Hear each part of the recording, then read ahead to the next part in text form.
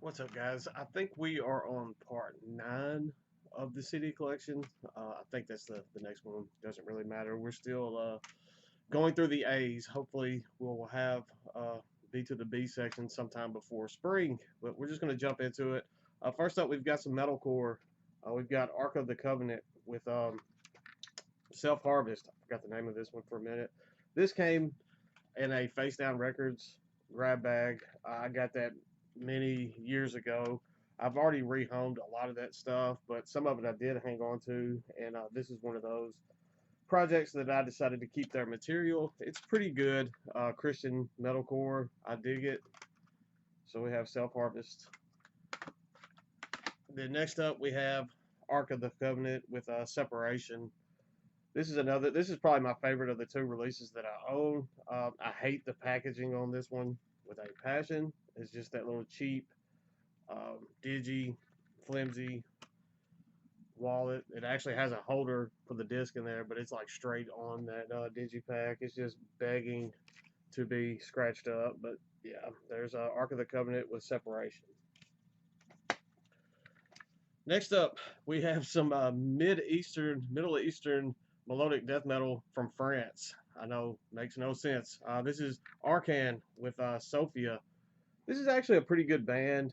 This is probably, unfortunately, their weakest release, and it is the only one that I own. It's not terrible. I would like to find some of their other material at some point because I do like a couple of their other albums a bit more than this one. As you can see, it still has the Season of Mist little promotional flyer there on the inside of the digipack, but I mean, it's okay. But like, it's probably their weakest. I think they have about 5 full lengths, and that's probably their weakest one. And unfortunately, that's the one that I own. Next up, we have some pagan folk metal out of Russia. Um, I have a ton of Russian black metal, folk metal, pagan metal that you're going to see as this goes through, as we run through the CD collection. This is one of the bands that probably started all of that for me, got me in that direction. I will not be able to pronounce the majority of their album titles because they're in Russian. I have no idea what that is, but we have Arcona. This is their debut full length. This is obviously a reissue with the different artwork on it. Pretty good. It's not my favorite Arcona release, but this one is pretty good. We will get to my favorite here in a little bit. I believe I got this one from Red Stream Records. I got it fairly cheap too. They had some of the Arcona reissues going, and I did snag a few of them when they had them up and going because I really dug Arcona's material. Next up, we have more Arcona. I believe this is their second full length. Like I said, I don't know. Um, that one almost looks English, maybe Anta. Yeah, it's kind of hard for me to explain Arcona. I mean, they are folky, very folky. They have the pagan elements going on in their artwork and probably in their lyrics and music, but I mean, it's not in English, so I don't know what it is. But they lean more towards like that, almost at times melodic death metal, folk metal type stuff. That's kind of what drew me into them from the get go. And then this is the third of the reissues that I picked up from Redstream, and I am not going to attempt to say that album title.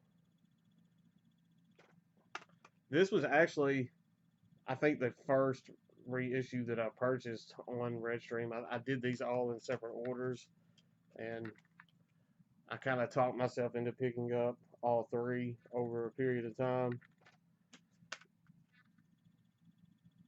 They probably have more reissues out there, but these were just the three that I decided to pick up. And then next up, we have what is my favorite Arcana release. This one's entitled Goy Road Goy. That title track is awesome. If you have not heard that, you should probably go check that out, especially if you're into folk metal. But I'm assuming if you're into folk metal, you've already heard Arcana. This is nothing new. They kind of gained some mainstream popularity, especially with this release. This one came out on Napalm Records, and they started to develop a more of a mainstream following with this. That wasn't just completely underground stuff. But very good. Like I said, it's my favorite release from Arcona, hands down. And then I've picked up one more of their releases since then, and this one's entitled, I think, Yav. I got this one from the Clutter store, and I got it. I think this was like $7 shipped, so I could not turn it down. It's actually pretty good. I don't know how many albums they've had out since Goy Road Goy, maybe two or three, but this is like I said, the only one that I picked up, and the disc fell out.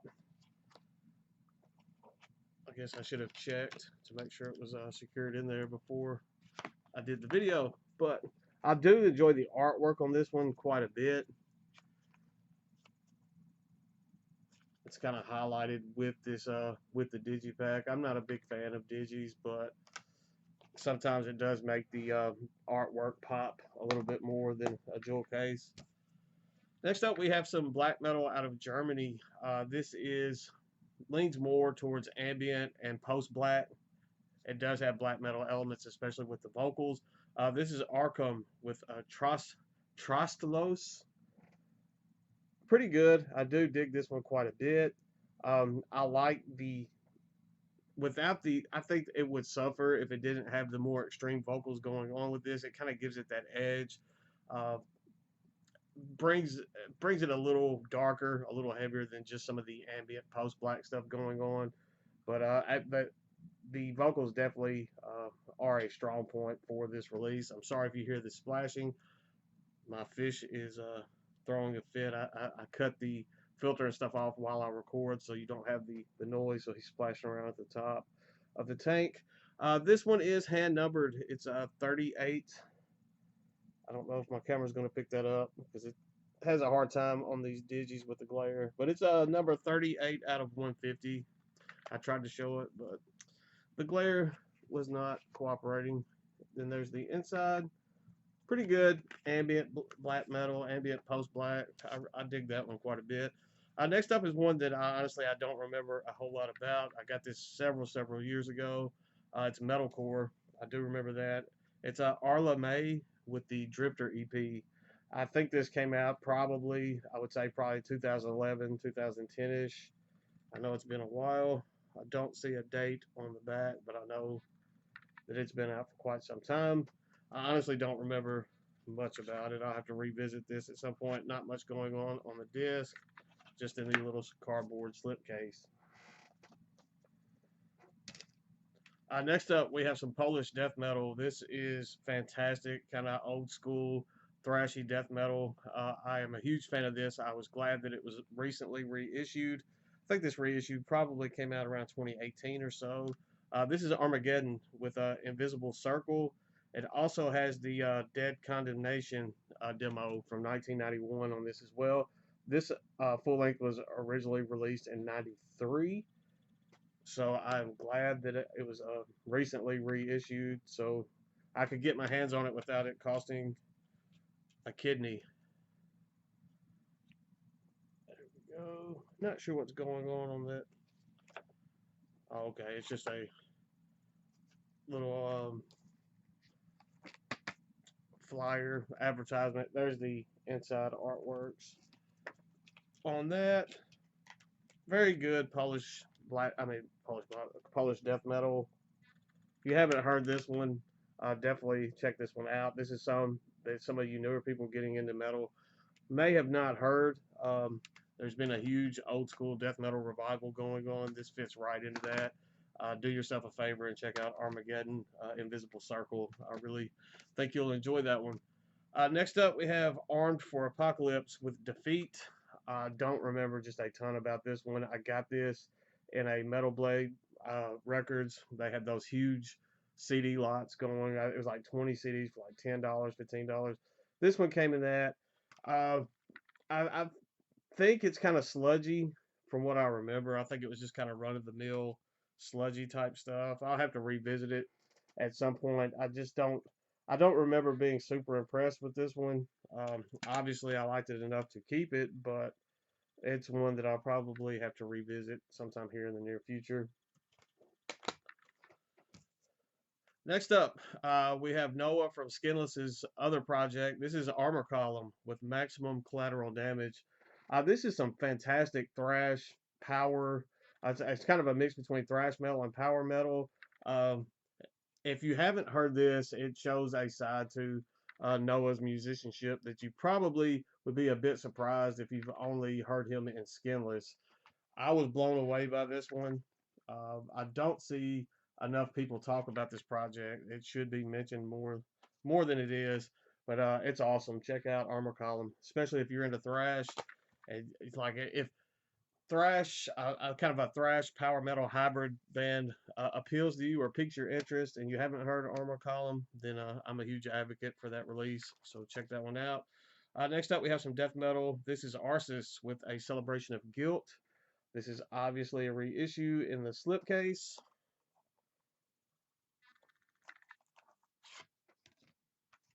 There's the inside artwork. This one's pretty strong. I really dug Celebration of Guilt. I liked Star for the Devil as well. I thought I still had that in the collection, but I do not own it anymore. So I'm going to have to hunt that one back down.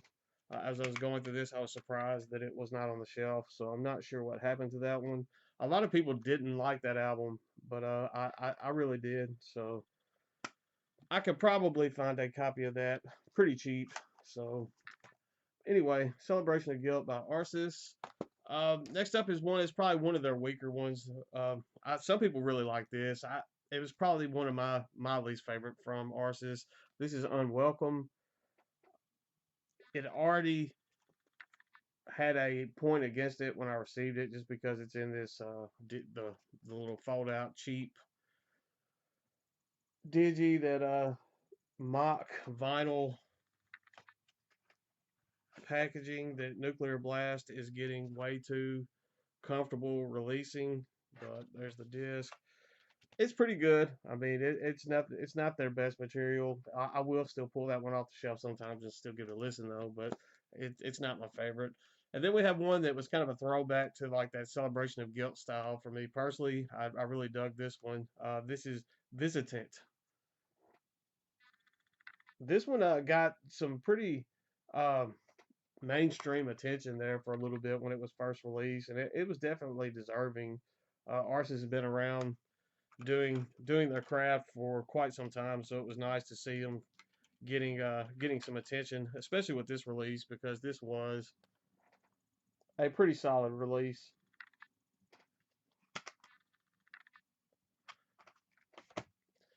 Next up, we have some French death metal, industrial death metal that has an awful cover title, a cover photo, cover picture. I would have never checked this out. I would have never picked this up or checked it out on my own from the just seeing the album artwork. I got this in a grab bag. It sat on the shelf for I don't know how long before I actually took the initiative to actually give it a listen, and it's really good. It's unfortunate that the artwork is so bad because this release is not terrible. This is Art 238. Yeah, see that artwork is awful. Like I said, it's kind of an industrial death metal hybrid. There's some grindcore stuff going on this as well, but it's pretty solid. I do dig this album quite a bit. I was glad that I finally broke down and gave it a listen. This came out to like I guess close to 2010, I want to say, but I really don't know. Where's the I don't even see a date on the back or anything. It was on Open Grave Records. It's a label I've never even heard of. I don't even remember what grab bag I got this in. I'm not sure, but I'm kind of glad that I did now because it's something that I would have never sought out on my own to listen to. Next up is an album that I should not like as much as I do. This is Artas with The Healing. This is kind of a melodic death metal, metalcore, thrash hybrid, and that something that probably in my mind would sound terrible. I should not like this. I really shouldn't, but I do dig it. I haven't listened to it in some time, but now that I'm doing this video, it kind of makes me want to go keep it pulled off the shelf and give it a spin here pretty soon. Like I said, I should not like this nearly as much as I do, but I really dig this. I never even changed it after it came in the mail. It still has the crack from where I purchased it online. This was released on Napalm Records under license to Scarecrow Records. So next up, we have Artes Negras with Let There Be Death. This is kind of blackened thrash metal. Pretty good. I haven't listened to this one in probably 6 months or so, but I did dig this one. I bought like a bulk lot that was all black metal releases. This one was in there. This one leaned a little bit more to the thrashy side. It was a little bit different than some of the other stuff that came in that lot, which was kind of a good change of pace at the time because I was kind of getting burned out because there was so much of that just kind of run of the mill black metal going on in that group of albums, and then I threw this in, and it had like the thrashy hints going on. So pretty good stuff there from I guess it's Arts or Art Negras. Next up, we have Artificial Brain, Infrared Horizon. This is some good technical death metal out of, I think, New Jersey. And this came out, I think, 2019 on Profound Lore. Solid stuff. I know that this one got quite a bit of attention. This was my introduction to Artificial Brain, so I was stoked to find the band from this. I definitely want to seek out some of their other material because I dug this one quite a bit. It got some heavy playtime when I first got it. It's not over the top with the technicality. It's not just super noodly and that type of stuff. It actually has good and welcoming song structures that make you want to keep listening to it. Next up, we have some black metal. This is Arvis with Into the Realm of the Occult. This is just raw, nasty, filthy black metal.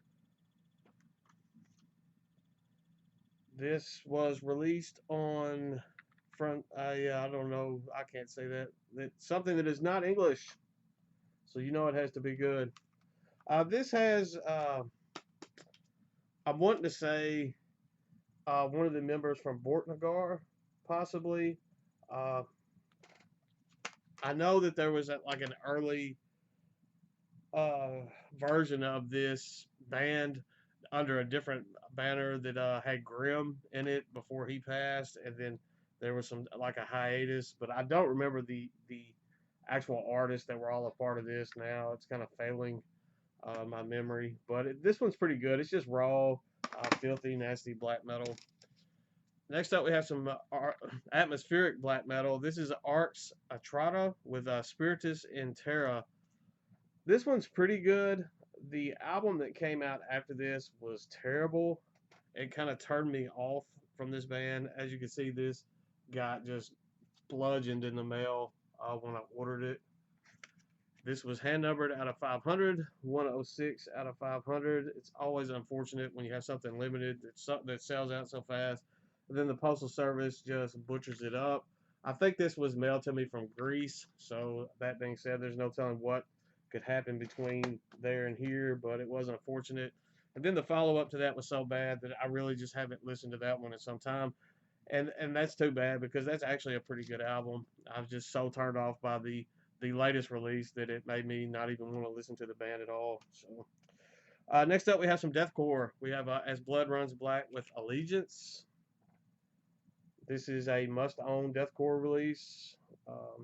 This is one that kind of transcends just deathcore. I know a lot of people will dig this album. It is the only As Blood Runs Black release that I consider worth owning.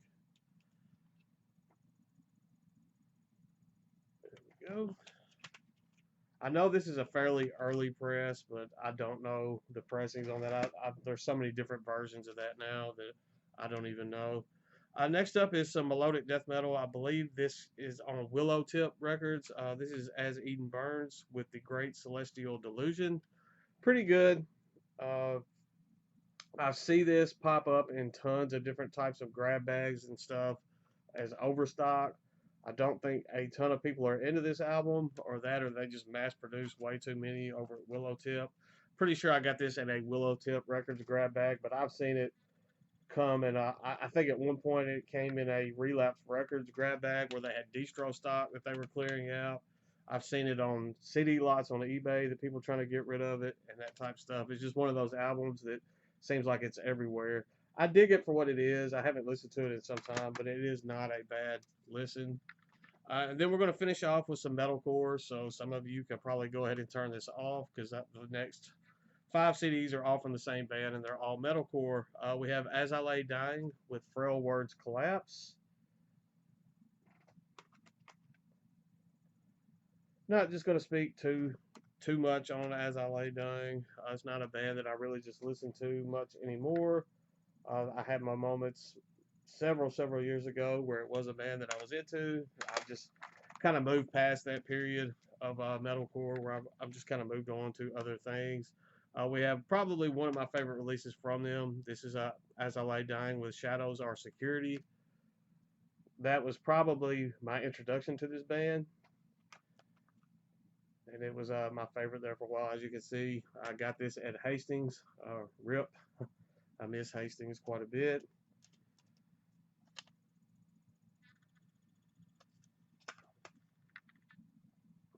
And then we have An Ocean Between Us. As you can see, I purchased this one used at Hastings as well.